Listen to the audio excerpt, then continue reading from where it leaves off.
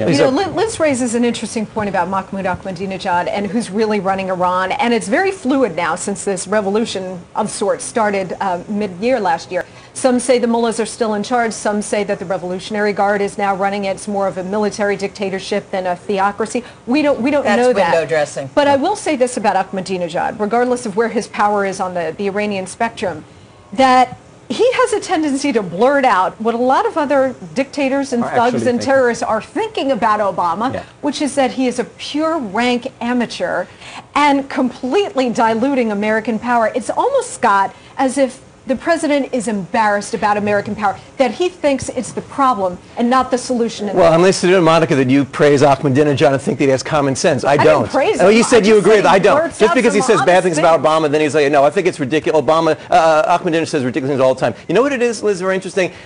He's taking a page from Ronald Reagan. When Ronald Reagan in the 80s went to China. Liz, you always interrupt.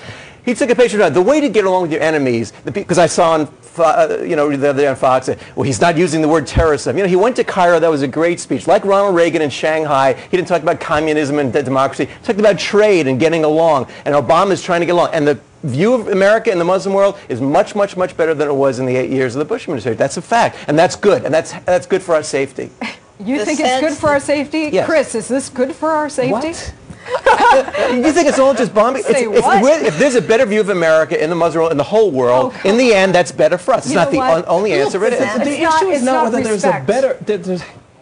Go ahead, Chris. Here's the thing. You're dealing with an enemy that you can't defeat. Folks are willing to blow themselves up. I'm not talking about Iran there. No, just a minute. Just a minute. If we're talking about, you said the view in the Muslim world is better for us because people now have a better view of America. I don't think so. Well, there's Paul that say that. No, people. I don't. I think what's the 99% that aren't terrorists have a better view of us. The terrorists don't have a good view. Well, 99%. Well, I really yeah, we're concerned that. about the terrorists. We're not concerned about the people. 99%. There's a figure we can but there are people that are trying to decide. There are people in the Muslim world that are trying to decide whether they're going to be on Osama bin Laden's side or on America's side. Osama bin Laden, of course, Al Qaeda can never be fixed. They'll never like us, for sure. And there are certainly peaceful Muslims that will always like the United States. But there's a mass middle that wonders about us. And it can't hurt to convince them that America is not out to create a Christian theocracy. Speechifying is not going to do it. Speechifying is not going to do it. Wait. I wonder if we had done this pre-war Berlin. Do you think we could have confused Hitler enough? Because the Hitler analogy, Liz, you just said you shouldn't compare Hitler, and there goes Hitler analogy. I would advance a theory that perhaps some of the numbers are ticking up in the Muslim world because the United States is perceived as weaker. And if the United States is being taken down a notch or two, I think they might be relishing that. Exactly. Okay? Yeah, exactly. Muslims don't think that way. They're peace-loving people with a small fraction. Bob in Arizona says, speak softly and carry a big nuclear warhead. Yeah, right on. Right on. No. You know, your point about the NPT, the Non-Proliferation Treaty, Obama thinks somehow if he works his charm or he's just nice enough to some of these countries and some of these thugs that they'll sign on and then abide by it. North Korea has renounced the NPT treaty. Yes, they have. And the Iranians have just blown it off. You're right. Completely. And Monica, I think one of your favorite presidents, Ronald Reagan, said, trust but verify, right? When we had North Korea under the treaty with Bill Clinton, he was maybe trusting, he was definitely verifying. We had cameras there, we had the IAEA monitor them, and it was only when they kicked them out, and George Bush did nothing. I was very upset by that, by the way, in 2001, 2002, that North Korea got nuclear weapons. Bush did fumble the ball on North Korea, we'll completely say that. did. But there is a wholesale difference, I think,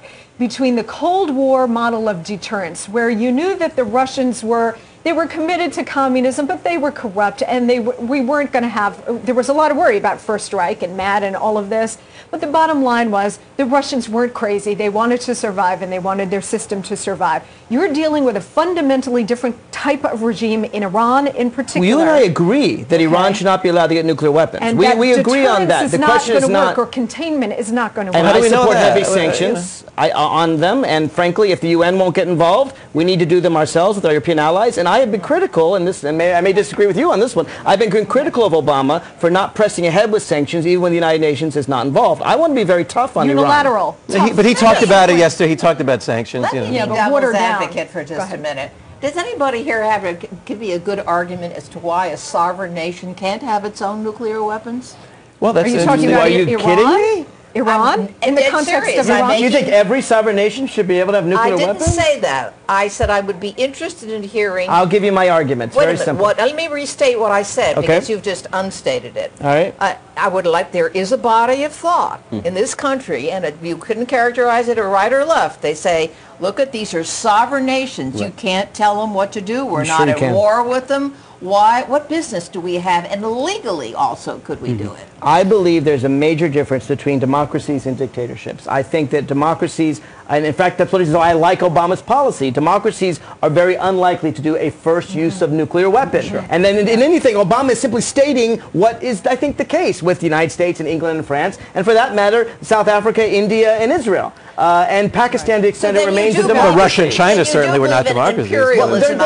On this issue, you do believe in imperialism. I want to keep as few nuclear states as possible. But in the end, though, and I agree that but in the end, I think you're right, Liz, just by technology, every country, I think, it won't be a big deal to have nuclear weapons. We have to learn to live with the world, live with our enemies, and maybe this sounds pie in the sky, but military options are not the only answer. We have to learn to live with them and find a way to get along with people and never use nuclear weapons, ever. And we always do this. Republican and Democratic presidents always try to exhaust every diplomatic avenue before we take any kind of military action, but sometimes just diplomacy fails. And the question for any commander-in-chief is, what are you prepared then, whether it's North Korea or Iran or anybody else, what are you prepared to do if diplomacy fails? Well, I'm glad he said we won't use nuclear weapons in that context. Nancy in Scottsdale says, it sounds like nice words from Obama, but it smells like appeasement.